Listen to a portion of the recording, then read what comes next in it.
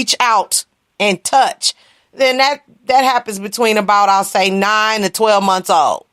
They reaching, they sitting up, they trying to, feel around in their world. They trying to, learn their surroundings, their environment, and different things like that. So we want to teach them at that age, if we can get them there, because there's a lot of career people, there's a lot of busy people, and there's not a lot of two-parent families anymore. Most families are single and most are not. But we have to look in terms of what the circumstances are. So don't get me wrong. There's a reason why there's just mom at the home at the time, and then mom ventures off to her job or her career, and then sometimes the dad is just at home and gets to see the issues that happens when mom doesn't, or out of town on business and can't get to the house, and he has to take over the course of the household for the day. And I've heard a lot of men say, I'd be glad when she get back home so she can get her doggone kids. Because it's hard without mom here.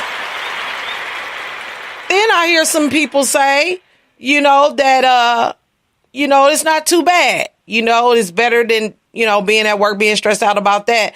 So parenting affects people in different ways, depending on the circumstances or the situations. So number one was no boundaries. And I'm going to start with coupling up with people. Even thinking about starting to raise a family. I know where I come from, families started by accident. They was too young.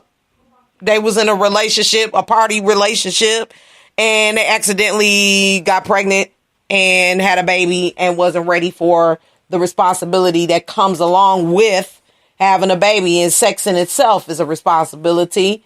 And so I want to enlighten you on that, not to discourage you from, making those decisions, but really think about when you lay down with somebody, what kind of person you're laying down with, because 9 times out of 10, your chromosomes and that person's chromosomes that you're mixing with is going to go into that child.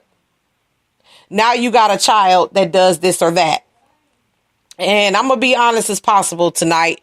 My youngest child's father was a thief, a thug, and a felon. Okay. I guess at the time I was attracted to that.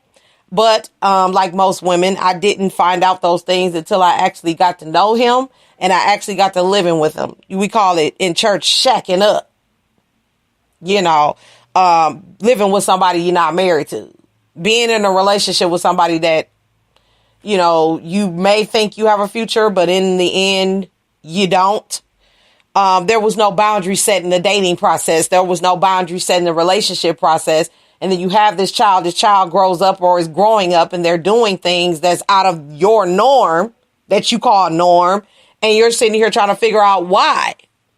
Before we can get to any rules, before we can talk about foster care, before we can talk about adoption, abortion, whatever the situation may be in starting a family, raising that child, putting that child in a certain environment, we have to think of what kind of person are we? And what kind of person is the person that we're partnering up, who they are. And then we'll get a prime carbon copy through that child, what that child's going to be like.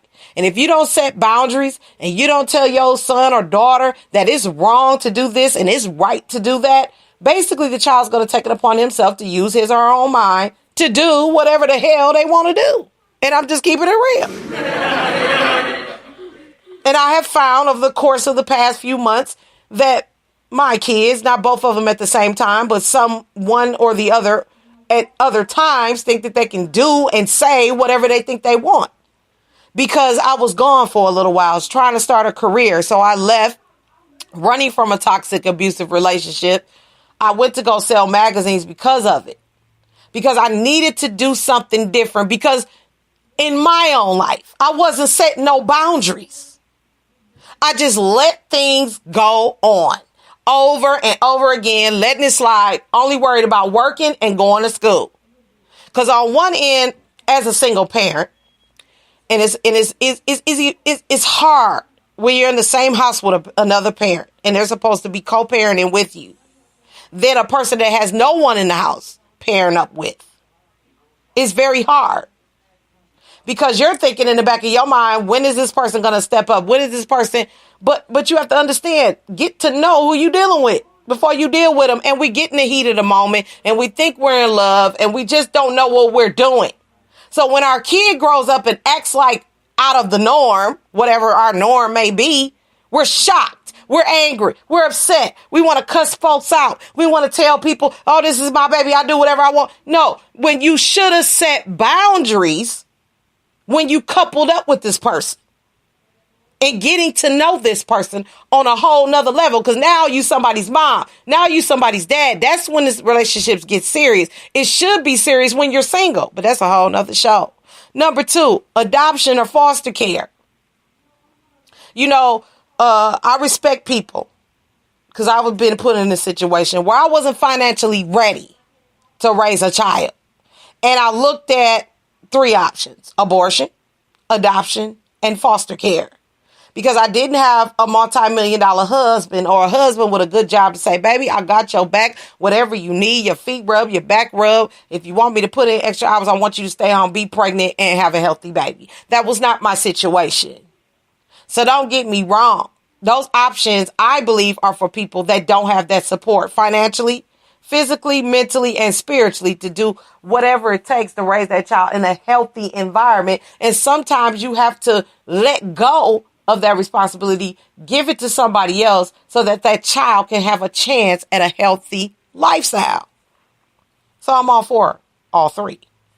You may agree or disagree, but depending on the situation, you don't know what you would do. You know, for all my people out there that think these things are wrong, you may think they're wrong because of your situation, how your life went. But a lot of people don't have options they think they have. So I'm going to leave it at that. Number 3, young parenting, kids raising kids. If you're 16 and got a kid, you're still a child. And you're not old enough mentally and sometimes physically, if not more, to capable of raising another child. Because you too are a child and you too still have a lot of things to learn. But with time comes wisdom. Number 4, lying to your kids. Like I said to a conversation I had with somebody I know, you know, I'm not going to sit up here and sugarcoat nothing with my kids. I'm going to teach them about life and how to survive the dream, struggle, victory process that most of us miss out on. We see all these people on TV with all the success, all the glamour, all the fame. But we very seldom see the struggles that they had to go through to get to where they are. Or we could talk about sex and what situations that we have to deal with that, and children dealing with other children and socializing and things like that. We need to tell the truth and share our experiences with our children so that they know when they get out there, this is something we can do to prevent some of these things from happening. The same thing happening to our children, and also teach them the way to go, the right thing to do, or the thing you could have done if you was to do it again. But lying is not the answer, because we're not, as parents, we're not the only ones influencing our children on a regular basis. They go to school. Some of them go to work and school. Some of them have extracurricular activities. Some of them are in sports, all different kinds of stuff. And we're not with our kids 24/7. Okay. So we have to understand that there's boundaries in that. And lying is not the answer, because only a lie gonna do is just cover it up for the time being. But the truth lasts for a lifetime. And then you got to keep lying to your kids to cover up the other lies you done told. Lying is lying. I don't care how you use it. It's wrong and it shouldn't be in place. Number 5, hanging around toxic people. Like I said, my youngest child's father was toxic. So I had to step out of the relationship, not only to save my financial future, also save my children from getting hurt and myself. But I also had to save my mentality from not losing my mind about the things that's going on, that's stopping me from getting to the next level. And then when you have the child and you bringing around all kind of people that are not getting their lives together, that all they do is sit around and do nothing, and they complain about this and that, you're going to have a child that really is going to copy everything that they see. And the younger that they see it, the more they're going to do it the older they get. And the older they get, it's going to be harder to break those habits. So my thing is with this particular piece is that we need to catch children when they're young. The ages of 1 to 5 is very, very critical. And who you bring your kid around, what situations that you are dealing with, and what you are showing in front of them. And doing everything in front of them is not cute. 6, walking or leaving your kids abandoned.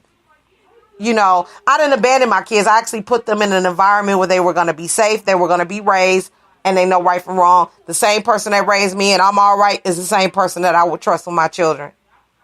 And I made sure that before I made the next move. So just to walk off and leave them is not the answer as well. Get you some help. Number 7, ignoring bad behavior. Do never justify. I don't care how much you love your children. To think that behaving poorly is okay. It's okay to make mistakes. It's okay to have failures. But know what's good and what's bad and address it accordingly and where they can understand. And communication with your children is a very important thing that you could ever have with your child. Because if you can't talk to your child and your child can't talk to you, they will find somebody else to influence them. And guess what? They're going to bring that mess back home. And not only do you have to fix what you should have fixed before they reached out to somebody else, you got to fix the other habits too. And that can be very, very, very difficult. Number 8, upsetting households for broken rules. They're going to break them. Rules are meant to be broken. And you shouldn't lose your mind every time the child breaks the rule. Obviously, they're not getting it. Obviously, they don't understand why they can't do or can do certain things. It's your job as a parent, and I'm saying this to myself too, to explain that to them. Just because I said so is an old school saying that I just did not like growing up, and I don't like it now. Why can I do that?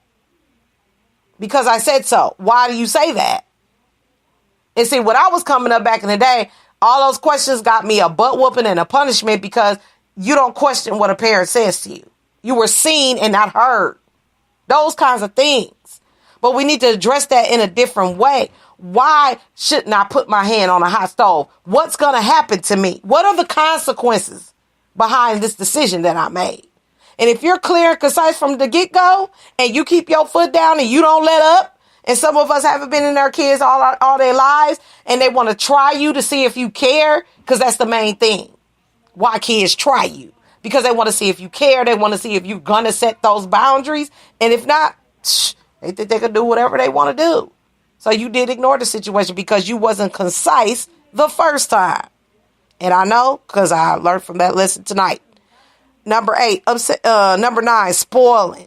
There's plenty arguments on what spoils a child and what doesn't. I really don't want to get too deep because me spoiling the child is letting them have their way, regardless if they wrong or right. That's spoiling to me. But if they know it's wrong, like I tell my kids all the time, if you tell me the truth, I won't punish you. But if you lie to me, I will punish you. Because for 1, you know better. 2, you knew you shouldn't have done it. And 3, now you did it to despite me because we already had this discussion. And you know why I say no to certain things and you know why I say yes to certain things. Because with me, I want my kids to be responsible. I don't want my kids to think that they can go in society and do whatever they want to do. You have to answer to somebody. That's just the way it is. But if you're not teaching that in the household, you can't expect them to go out there and just know it. They're going to have a lot of pitfalls and a lot of stupid mistakes and getting a lot of destruction because you as a parent did not put your foot in the door at the first time. Number 10, whooping and punishments when necessary. I'll leave that to y'all to do that. Number 11, being a child's friend, not their parent. I'm like Madea. When you start paying bills and rent and helping out buy groceries, then we can be friends. I'm not your friend. I'm your parent and guardian. You do what I tell you to do. You know the rules. We can sit down and talk, but I'm going to come down on a parent level. I'm not coming down on a friend level. Because your friends will get you in more trouble than what your mom and daddy tell you. And it's so far, looking back, and I thought a lot of stuff my parents said to me was wrong. But I look back at the things that I went through in my life because I didn't listen to them. And they were right about everything that they said. And some of us, our parents got to close their eyes for you to actually get it. So I'm going to leave that whooping and punishment to that. Number 12, bad eating habits. You hooking the house up with chips, dip,